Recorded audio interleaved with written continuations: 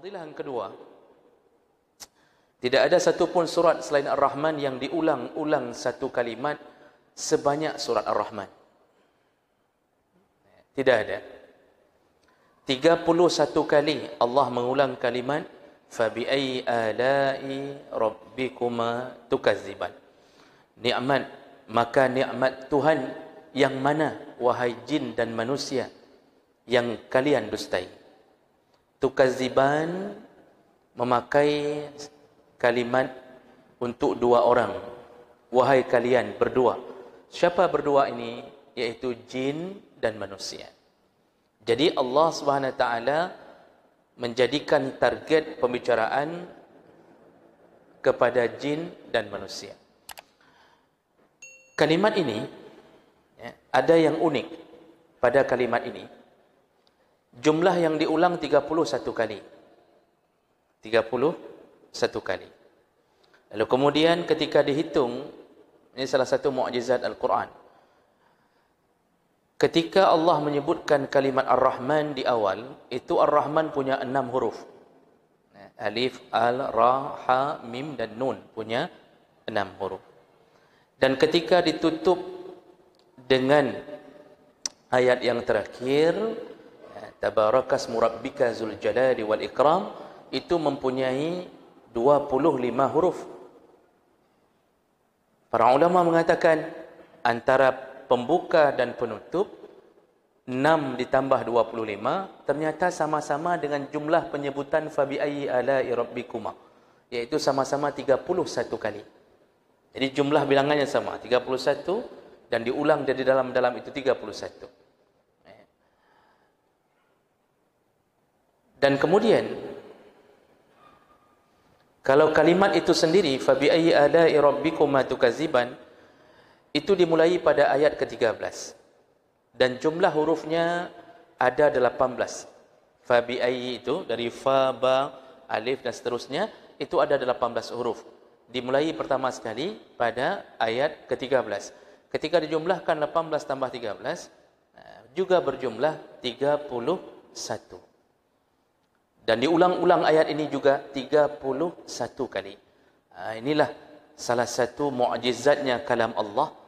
Tidak ada yang terlewatkan keindahannya dari setiap sisi. Baik dari sisi keindahan kalimat, lalu jumlah-jumlah yang disebutkan. Sungguh benar Allah dengan segala firman-Nya. Jemaah melakukan Allah SWT. Untuk apa diulang-ulang sampai 31 kali? Dalam tafsir Al-Jalalain, tafsir Al-Munir, tafsir Ibnu Ashur, sama-sama mereka mengatakan bahawa kalimat fabi'ayyi ala'i rabbikuma tukazziban zukirat ihda wa salasina marrah wal istifham fiha litaqrir. Tujuan Allah mengulang-ulang 31 kali untuk istifham takrir. Istifham takrir itu adalah mengulang-ulang pertanyaan agar muncul ketegasan. Jadi kita ulang-ulang untuk muncul ketegasan. Misal ada seseorang sudah kerja dengan kita lama, lalu dia khianat, lalu kita tanyakan pertanyaan ke dia. Kita tanyakan berulang-ulang, yang selama ini memelihara kamu siapa? Yang selama ini kasih gaji tepat waktu untuk kamu siapa? Yang mengawinkan kamu siapa? Yang membuat kamu hari ini menjadi kaya siapa? Berulang-ulang kita tanya agar dia faham tentang, dari pertanyaan itu agar dia faham tentang kebenaran kita. Jadi Allah mengulang-ulang agar hamba itu faham tentang betapa besar nikmat Allah kepada hamba. Diulang-ulang oleh Allah. Masa sudah kuberikan ini, sudah kuberikan itu, lalu engkau kucadangkan untuk masuk ke dalam tempat yang lebih bahagia, tapi kenapa engkau mendustai segala nikmatku? Jadi sampai 31 kali Allah ulang, itu semua bertujuan tidak layak seorang hamba mendustai nikmat dari Allah setelah dia merasakan nikmat itu. Apalagi kita yang lahir sebagai orang Islam, itu tidak ada nikmat yang lebih besar daripada nikmat iman dan nikmat Islam. Tidak ada. Bapak Ibu yang dimuliakan Allah, di saat orang lain bermimpi-mimpi untuk mendapatkan hidayah, tapi belum tentu dapatkan hidayah. Kita tidak pernah bermimpi, kita tidak pernah berharap, kita tidak pernah berdoa, tapi begitu saja kita dilahirkan sebagai orang yang terhindar dari api neraka, kecuali kita kemudian mencarinya sendiri. Jadi kita begitu saja lahir sebagai orang Islam. Dan ini nikmat terbesar yang Allah beri.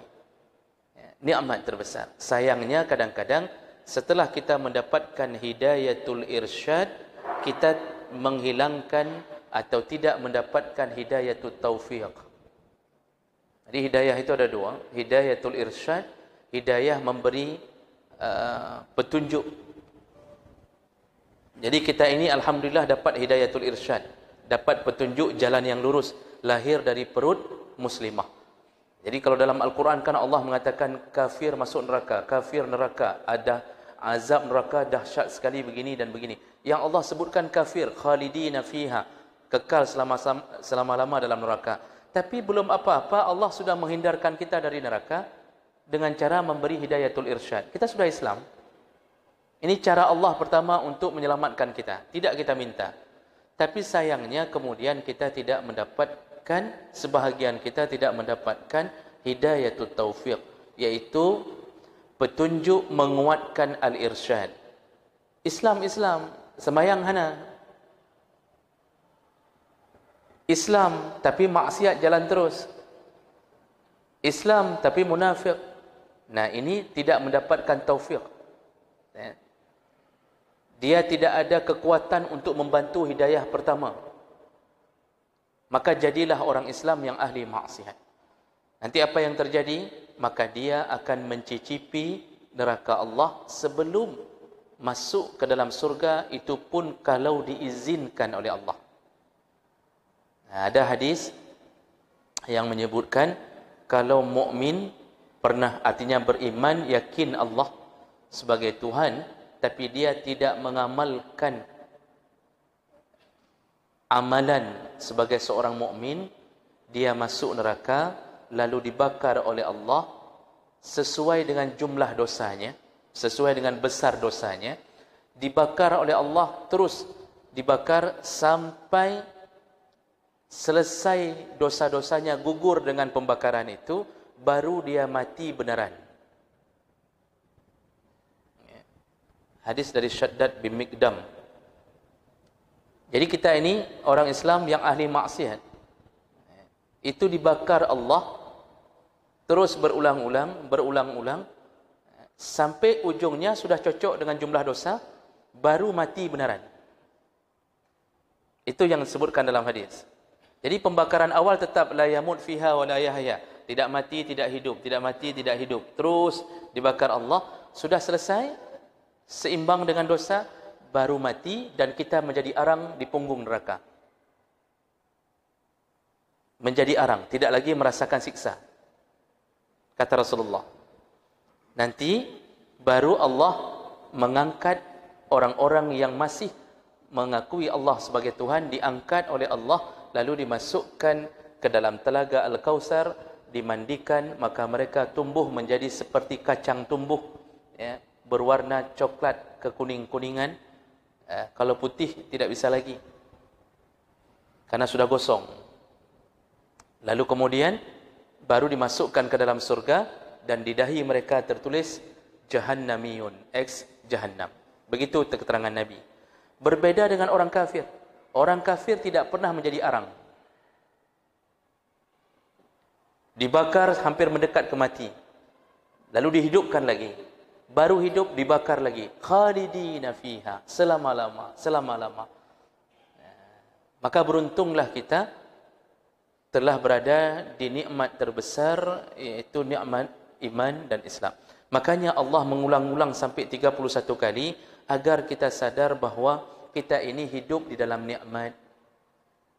Maka jangan durhaka kepada Allah, jangan maksiat. Kalaupun harus bermaksiat, cukuplah itu di masa-masa kita tidak tahu.